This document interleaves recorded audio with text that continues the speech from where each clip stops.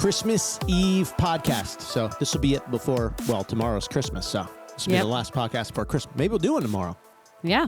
Say our experience. We might as well, yeah. Who knows what's going to happen? I mean, he's been like so excited leading up to Christmas. Like every day he's like, it's Christmas. What did he say yesterday? Oh, he wakes up yesterday morning and he goes, oh no, we all overslept. Wake up, it's Christmas. We're like, no, not yet. 2 more days. And, well, part of that is because he started asking for his Toodles Christmas present and you gave in and gave it to him. So I think he's kind of like, it's almost like he's combining Christmas and Hanukkah where he thinks every day is getting something. So.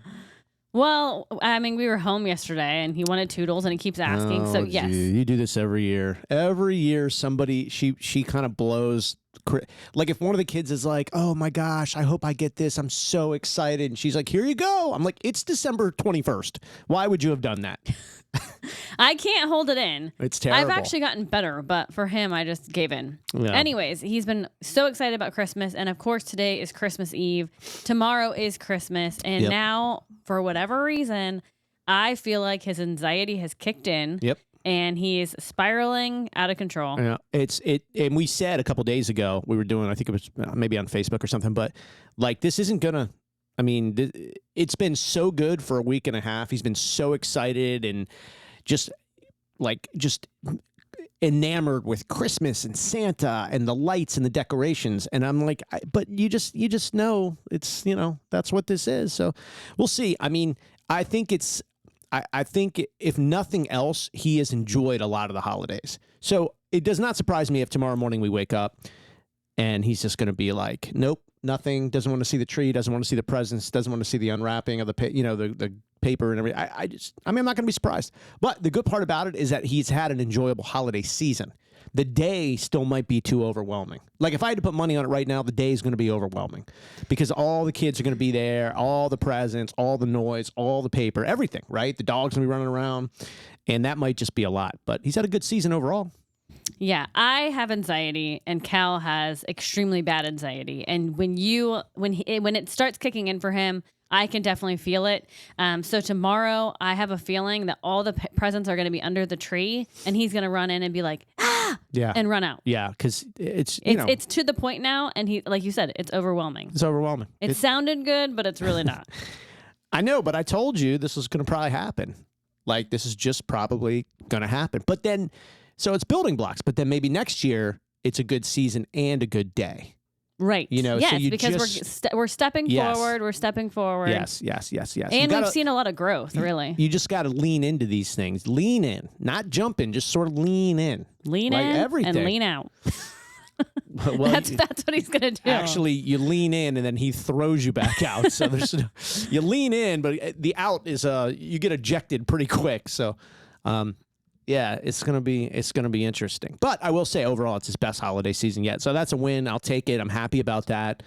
You couldn't have drawn this up to go much better, being as how last year and the year before we essentially have had to cancel our holidays.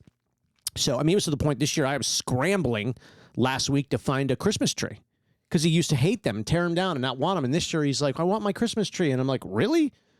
That was very nice of you. I get on Amazon. I was like, what are the chances of me finding a tree that can be delivered before Christmas? But they made it happen. You did great. No, they made it happen. I couldn't believe it got here. It actually got here like 2 days earlier than when it was supposed to. I was like, oh, that's cool. Well, the kids were very excited. We finally got to decorate again this year, and we got the tree. Mm-hmm. So at least we know what to expect next year. Like, he can handle the decorations. He can handle the tree. It's funny every time, like an Amazon guy or UPS guy. And by the way, we're having a very small Christmas. This is not, I don't want to make this sound like whatever. We're having a very small Christmas, and we've told the kids, like, I mean, our holidays are nothing like what they used to be. This is very toned down. We're about experiences. That's like when the whole autism thing comes along, it's like, first off, you learn quickly you can't have a house full of stuff. That's just bad. Second off, you just learn to appreciate things and experiences and everything. But every time the UPS guy would come to the door, he'd be like, oh, hi, happy holidays. You're leaving another present. See you soon. Yeah. Like I said, he's been very excited about it. I just think now today he's like, doesn't know what to do. He doesn't know what to expect. He feels, because now the kids are, I mean, they came out this morning, and listen, they're not older, but they're older. Right. So they kind of know the deal, right, with Christmas, but it's like they put on the Santa tracker on the TV, so they're having fun watching that. And I think Trey was like, it's already Christmas in Ireland or something like that. Yeah. And so Australia. Oh yeah, Australia, whatever. So he is, I think, feeling the rise in excitement from them. Yeah. They're talking about going to church tonight and, watching, there's like football on all day today, but we've got some traditions with holiday movies. So they're getting amped up, right? Right. And so he's starting to feel that. These kids are so good at like their barometers, like they can just feel and sense everything. He's feeling the amp in the air. And so it's just hard for him to process that stuff. And so it just comes out a little, we had like a breakfast meltdown, which is very rare for him. Very rare. Well, like and he's really banging his head. That's what I mean. It's just he's not really a breakfast meltdown kid. He's more of a lunch happy hour brand meltdown kid. It's not, but like we say, the more they change, the more they change. So it's just that's the deal. But yeah, it's cool. It's been an interesting holiday season, for the better.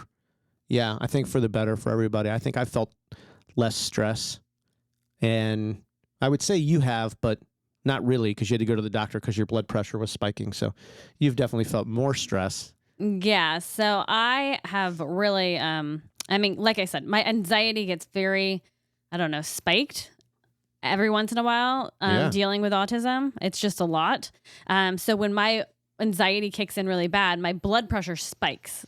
So I have been walking around with extremely high blood pressure for probably at least 6 months. It's not good. And I'm lucky I didn't have a stroke or heart attack.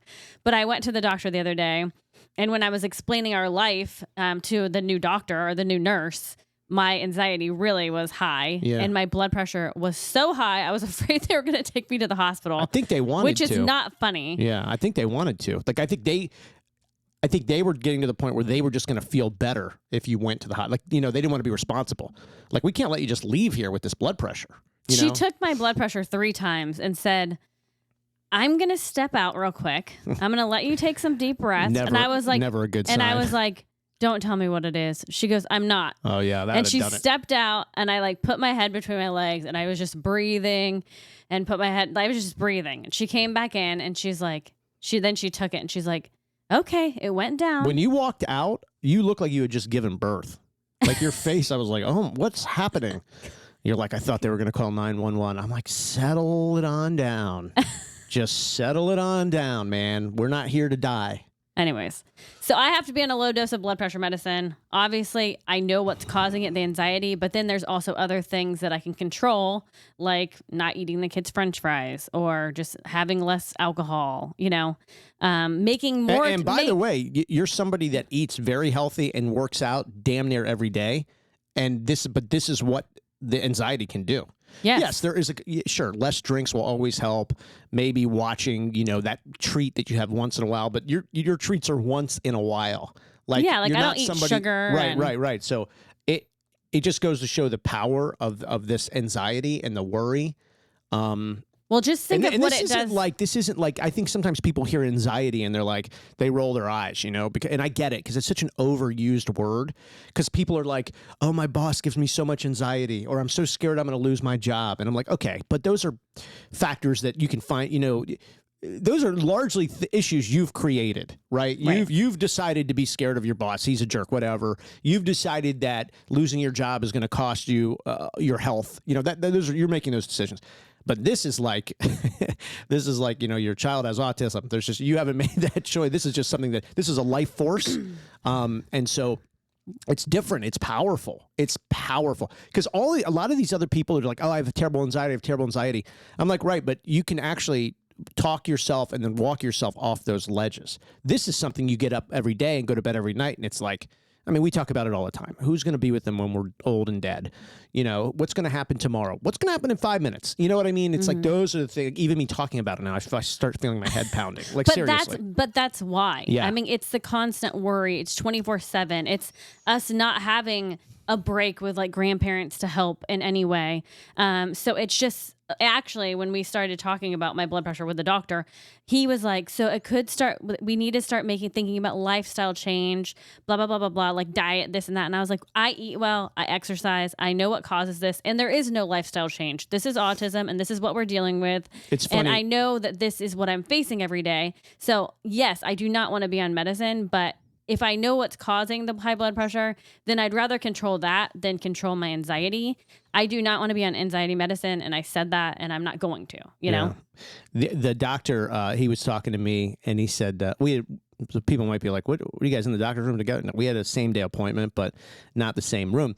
But he was like, yeah, he's like, so, you know, is life stressful? I was like, yeah, you know, I guess everybody's life stressful. And he's like, yeah, but, you know, some people have like factors and this and that. And he's like, you know, maybe you're stressed for work. And he's like doing all this stuff. And I was like, oh, my youngest son has autism. And he just stopped because I think he realized like all the other stuff he was like telling me, like it was like, yeah, that would never stress me out. Like maybe in the old world. Yeah. But I'm like, yeah, I think all that stuff's really dumb. You know, and I think he kind of felt like, oh, like you have some real stuff going on, you know? And then he asked me, I actually thought it was a great question. He's like, so will your son, is he at a level where he'll live with you, you know, his whole life? I was like, well, I hope he lives with me my whole life, you know, not his whole life, because I hope he outlives me. And so he started laughing. He's like, oh, I get it. And then he said, yeah, he's like, that's a lot different, right? And I'm like, oh, yeah. Like I was like, you don't have it. I guess it's similar to when somebody gets like sick, like a disease or something, and you just go, I just can't ignore this. You know, people are like, oh, ignore this, ignore that. Don't pay any attention to it. Move on. It's like, these are immovable forces.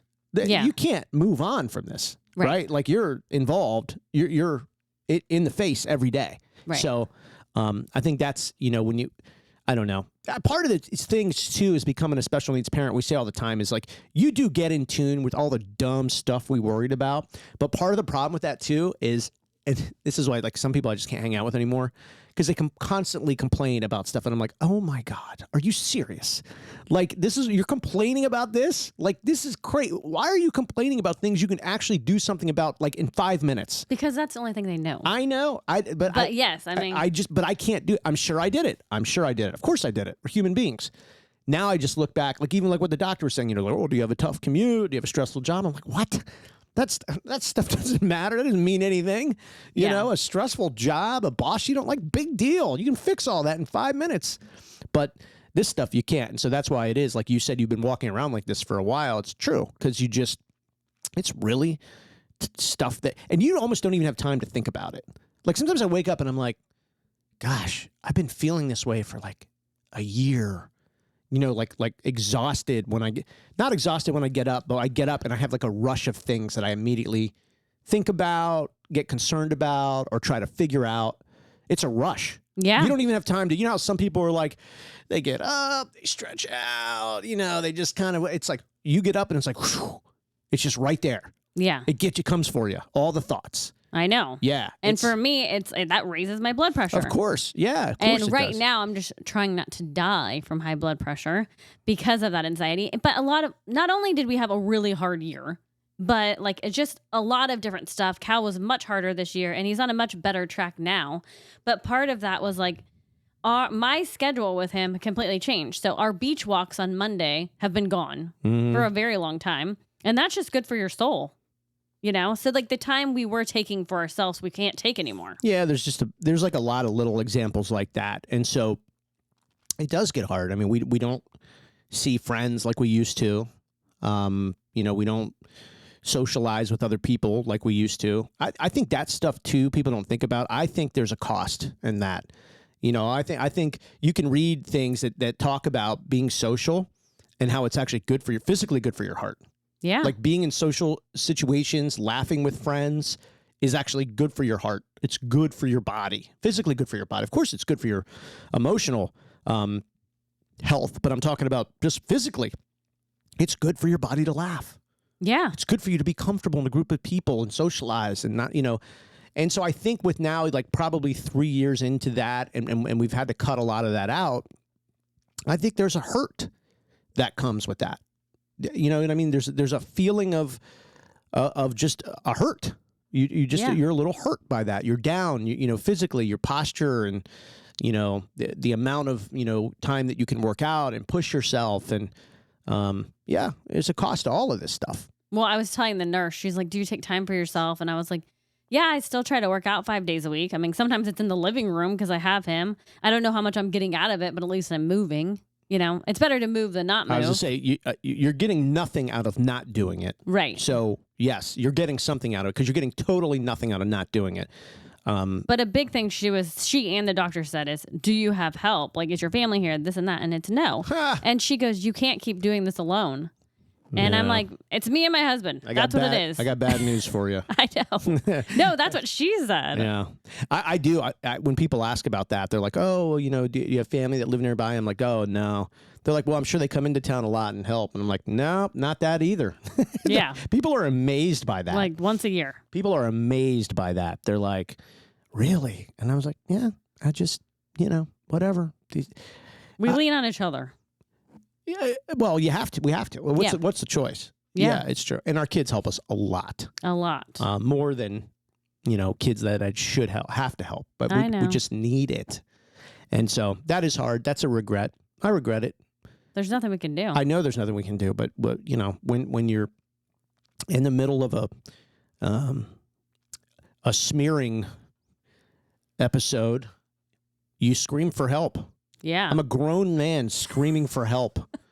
And it's not funny. It's true. No, but it's like literally all hands on deck. What do you do? I mean, you scream for help. It takes at least 4 people. Yeah. I mean, you just scream for help. And so, you know, it's things like that. It's, you know, we don't get invited to go anywhere anymore with people because they, you know, one of two things will happen. One, they'll assume like, oh, well, they might have to bring Cal and that's going to be tough. Or number 2, we'll just have to decline because we can't have anybody to watch him. You know, It's like, we actually got invited to a Christmas Eve party today, which was really nice.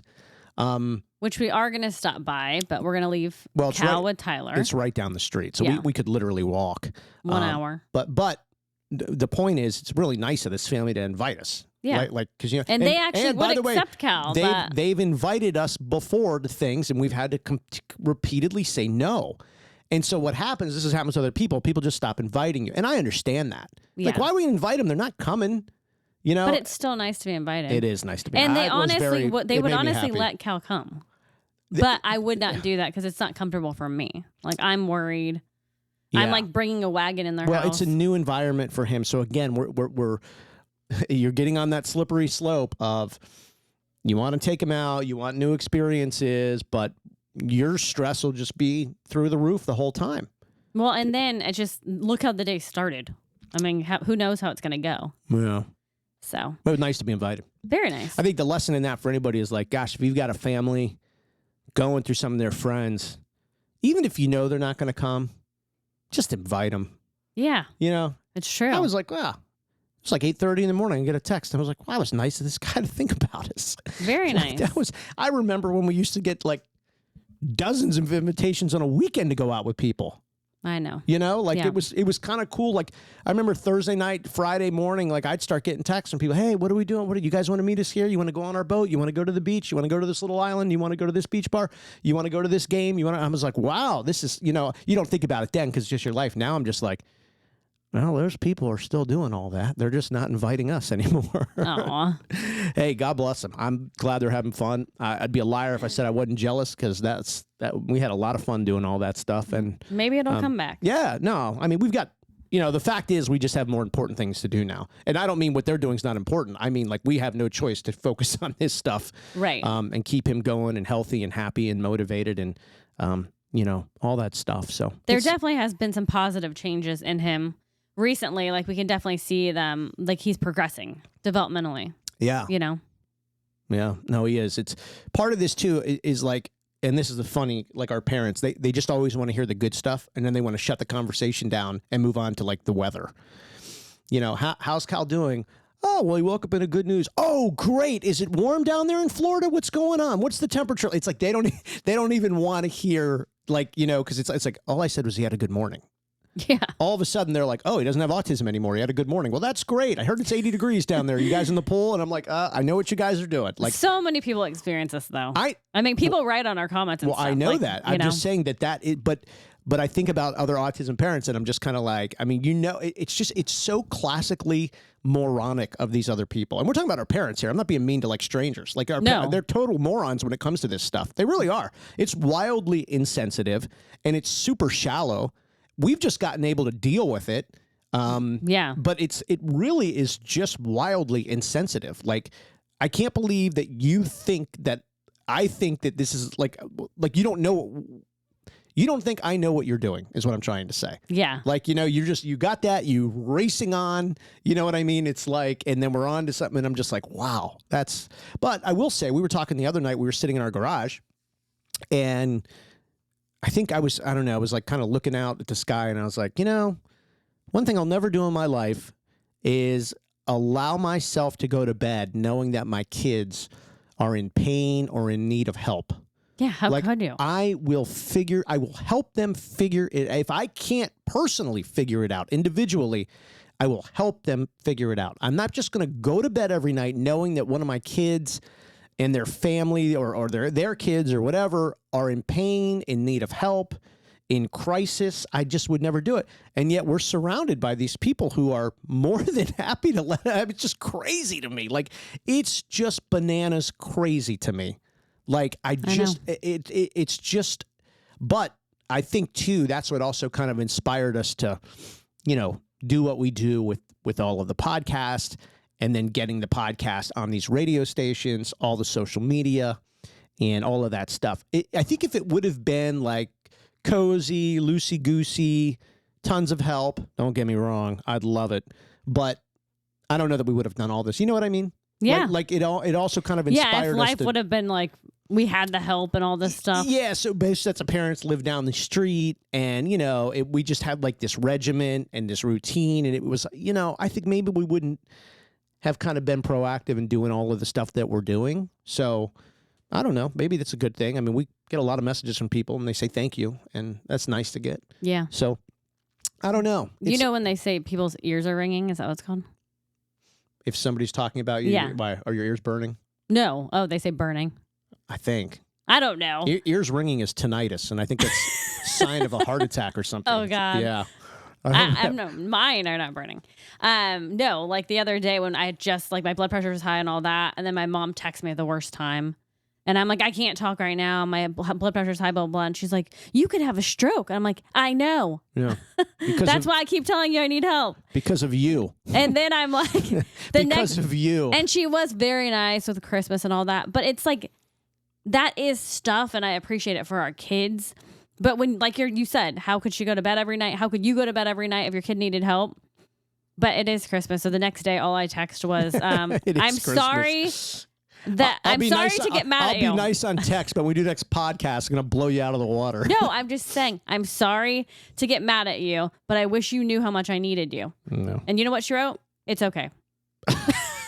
I'm like, that just goes back to the ignoring part, it's so the ignoring part. It's so embarrassing. Like, I can't even whatever. And I'm tired of asking for help. I should probably clarify too, because I keep saying my parents. My mom died when I was very young.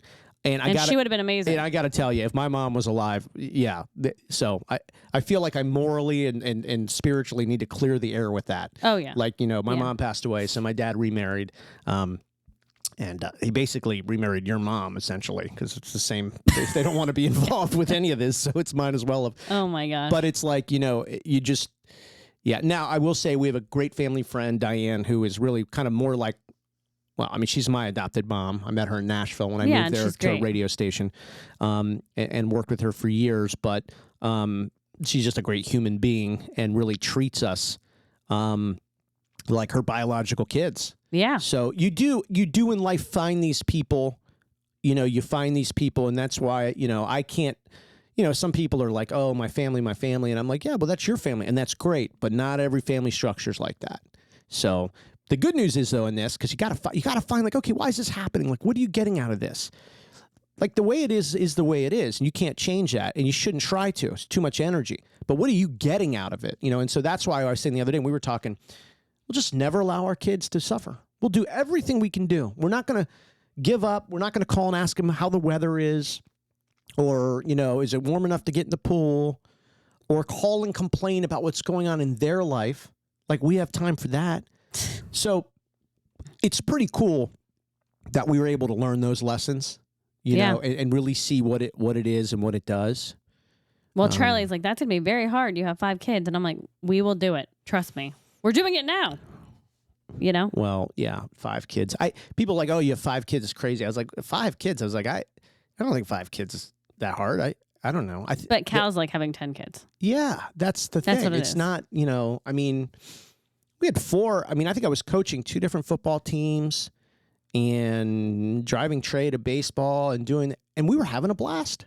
Yeah. You know what I mean? You were coming to all the games and setting up, and I mean, I would take 4 kids everywhere all the time by myself. Then people were like, 4 kids, how do you do it? I'm like, I don't know. Just be involved with them. Like, don't make it a problem. Like, don't make it a problem. Be involved. Have fun. Do you remember how much we used to take our kids out to eat and stuff? And like everyone would be like, your kids are so well behaved. Every weekend, this is how close our family. Every weekend, Krabby Bill's on Indian Rocks Beach. And I say weekend because it was a lot of times it was Saturday and Sunday. It was definitely always Saturday and sometimes Sunday again. And that was like our family mainstay. Like, nobody messed with that. Yeah, right? always. Like, we went, we loved it. We had a great time. We were friends with all the waitresses.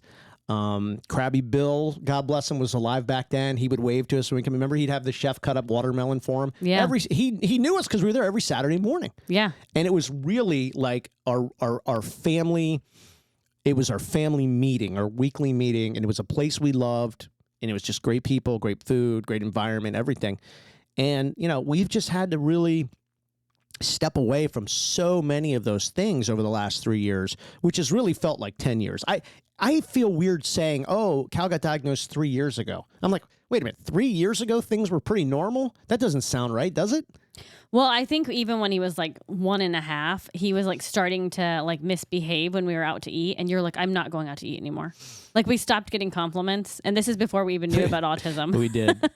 Yeah, well, we went out once for your birthday and he threw something at somebody. And I was like, why is he doing that? That was the last time. That was it, your birthday. Which we've talked about that before in the podcast. I know, but I'll never forget the waitress's face. She had just brought our food out, and I was like, and we're going to need 7 to-go boxes. She's like, I just brought out the food. I was like, yeah, I don't know what's going on, but we are getting out of here. And she was like, okay. Yeah. Oh, quick table turn for her. She got a quick tip, and then she could seat the table again. I mean, I didn't feel bad, right? That's right. Every restaurant, you would never go out of business if autism families came in. You'd be turning tables like you don't believe.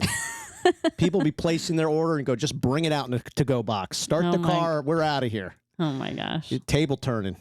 That's funny. You got to find the good in everything. Yes. That woman turned a table quicker than she could have ever imagined. She probably won. Those restaurants do contests and stuff. You're so ridiculous. And I think she probably won that day. Oh, my gosh. She turned a table quick. 7 entrees, and we were out of there. Yeah. Anyways, let's talk about something good.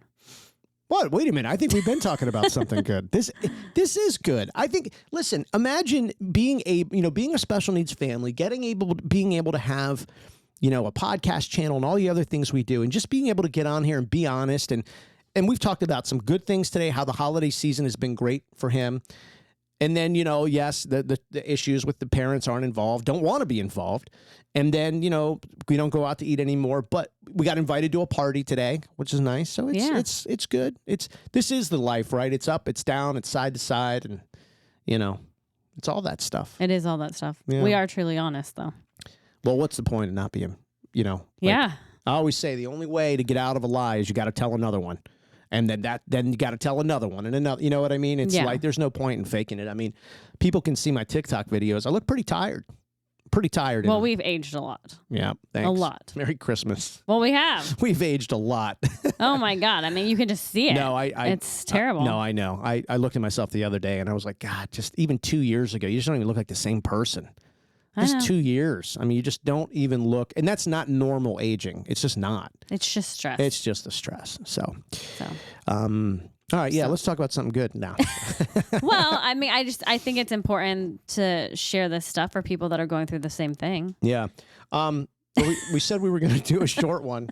We always say, do a quick update, short podcast, now we're 30 minutes in. Instead of, I just want to say thank you to our partners, though. We've obviously in doing this, which takes a lot of time, and we love doing it.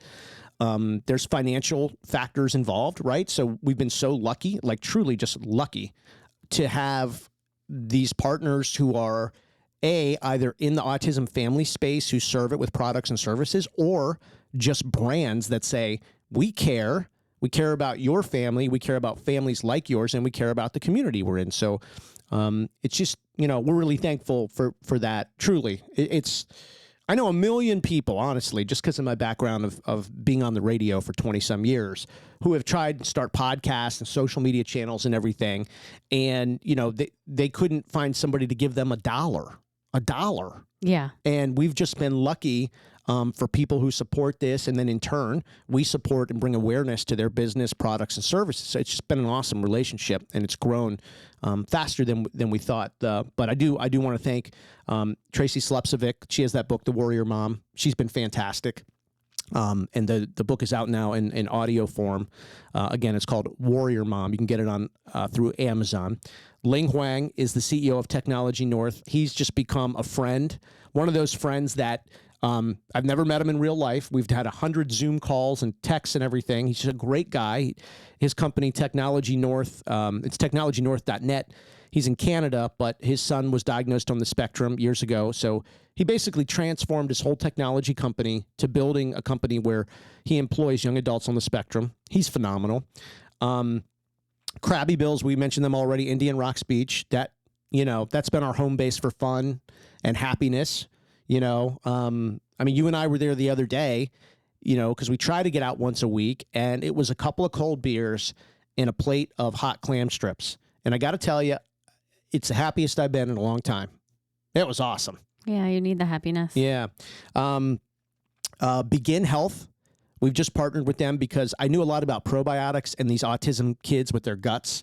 It's bad, but these are prebiotics. So this is the food that feeds the bacteria in your gut. So important. And I got to tell you, we're like 3.5 weeks in with Cal, and it's been awesome. Do your research on prebiotics, and you might as well get our discount, dailyautism.com, and just click on the Begin Health button. That's been really cool. I never thought I would say, go to dailyautism.com and get the food that feeds the bacteria in your stomach. But it's incredible how this all works. I know. Yeah. Our friends at Angel Sense, they are the GPS tracking devices. They have saved a lot of kids who have autism, saved their lives from eloping. The GPS tracking technology is awesome. They're giving the hardware away for free through the holidays with a subscription. Again, dailyautism.com. Click on the Angel Sense button. Aeroflow Urology. They do phenomenal work because if you have a special needs child, 3 or over, you may qualify for free diapers delivered to your door. Man, we can relate to that because Cal is 6 and nowhere near potty trained. That happens to a lot of families. And honestly, probably another reason why we don't go out as much. It's just hard when you have a child who's big and strong and not potty trained for reasons you could probably understand. So that's really good. Fun Factory Sensory Gym. They're awesome. Look up their YouTube channel, see what they do. Over 50,000 sensory gym installs, including ours, because we opened one. That was our big accomplishment, I think, of 2023. Was opening my sensory studio in Seminole, Florida, and it was all because of the imagination and dedication of Fun Factory Sensory Gym. And their website is funfactorysensorygym.com. I also want to thank the Lift Academy in Clearwater. They had a huge 2023. They moved from Seminole, just a little bit north, to Clearwater, Florida, and over 95% of their kids, their neurodivergent students, are on scholarships. They can help you with that process, liftfl.org. Oh, and I also want to mention, because it's not the end of the year yet, but they're matching donations to the Lift Academy up to $3.5 million. $3.5 million. Yeah. That's Kelly Mondello. She's a co-founder. Her and her husband, Mark, they're great people. And they've given their lives to these families. So liftfl.org. Great people over there at the Lift Academy. I really like talking to them. So those are our partners. I got everybody right? Yeah. Got everybody. And we grew all that this year, so we should be proud of ourselves. We are. I also want to thank Salem Media. We're on 7, 8, 9 of their radio stations across Florida. It's been a great partnership to turn the podcast into a weekly terrestrial radio show. It has been really, really cool. So thank you to Salem Media. They're very big in the family space, family content, parent content, and so we kind of fit right in with them. And we appreciate their partnership as well. It's been cool. Yeah, it's been a great year. It's been hard year, but great year. Yeah, and I think that's the deal, right? I think good thing's supposed to be hard. If not, I mean, what would we all be doing? Just everyone it's would meaningful. Meaningful, purposeful work. And again, something we never thought we'd be doing. So this isn't like, oh, my whole life I thought I'd start a media company around autism families and this and that and you kind of devising and inspiring yourself for this sensory studio and someone you never thought you'd be doing something like that. Isn't that crazy? Yeah, it just popped up. I mean, we talked about it in the pool and then we made it happen. We were floating in the pool one afternoon, having a couple of beers in the 93 degrees sunshine, and there's no place to go that's like just private sensory for these families. A place that'll never close. You know what I mean? It's all to yourself, no outside, triggering things and distractions. And so, yeah, we put it to work. You put it to work. Next thing you know, 5 months later, I'm going to look at buildings. We're going to sign a lease. You didn't even see the building before signing the lease. That's just you trusted in me. That's just classic our life. Going to sign a lease on a building for a new business that I had never even seen. But you got home from seeing it, because I was going to go see it like the next day or something, and you're like, that's the spot. Trust me. There's no way I need to see anything else. That's the spot. I'm like, all right, cool. Yeah. When you're inspired and you're on fire, you're just on fire. And so I could see you're on fire. I was like, so let's just do it. Like, why slow this process down? Right. Why? Well, thank you for trusting in me. Too many people do that. They slow their own, you know what I mean? I don't think most people would do what we did. No, I know, but it's like they get on fire for something and then they let other people kind of start putting water on their fire. I'm like, burn, baby, burn. Let's go. Let's go. Let's go. All right. So we're off today. We're going to, I'm going to do We're going to a party. We're going to a party. I'm going to do a quick workout and then we're going to go to a party. Yep. All right. Merry Christmas, everybody. We might do a Christmas one tomorrow, and many of you will get to this after the Christmas holiday, and that's cool. But, dailyautism.com. Go to our Facebook, Instagram, even TikTok. I did post an image of a autism Christmas family dinner table. I saw it. I thought it was pretty funny. We did it for Thanksgiving. It's got all like the, the traditional, like, silverware and the elegant goblets of, juice or wine or whatever. And then the dishes are like pizza, chicken nuggets. Did you like the pretzels on the ice cream on the bowl of pretzels? Yeah, I liked all of it. It was funny. But you know what's hilarious? Broccoli, mac and cheese. It's not really hilarious. But I would never even have a tablescape like that. Yeah. Because couldn't you see him grabbing like the linen tablecloth and just like swiping it? Well, I wanted it to be somewhat ridiculous. Like people look at it and go, oh, yeah, that is something that, a lot of classic traditional family celebrations have. Nothing wrong with that.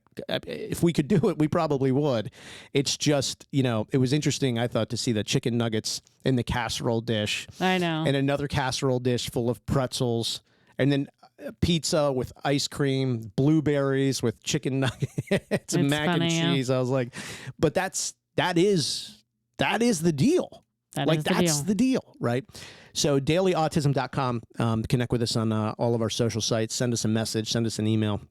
And if you're around the Tampa Bay area in Florida, we'd love to see you at my sensory studio. You can send us a message as well if you need information on that and the memberships and everything else. Merry Christmas. Merry Christmas, and we'll talk real soon.